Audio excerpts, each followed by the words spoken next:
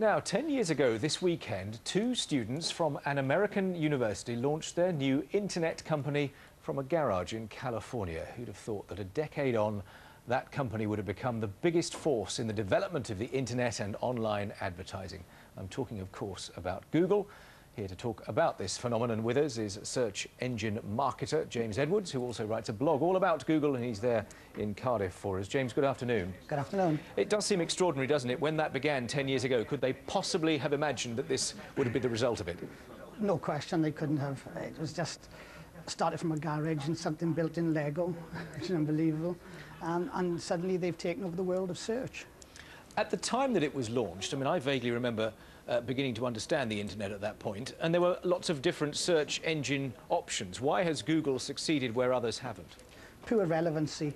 Going back to the time of their launch, you had Alta Vista, Hotbot, Lycos and searches like that. You had meta crawlers, which were little spiders that would aggregate all the results from all the other search engines. But then Google came along with just a logo, a box that said place your query in here, and a button that said submit. People did that, and they just got relevant results, you know, just out of this world. Yeah, and now we use it as a verb, don't we? We Google somebody.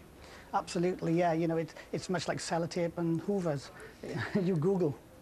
One of the things that it has always tried to claim is its ethical element. How ethical is it, in truth? There was a big fuss this week.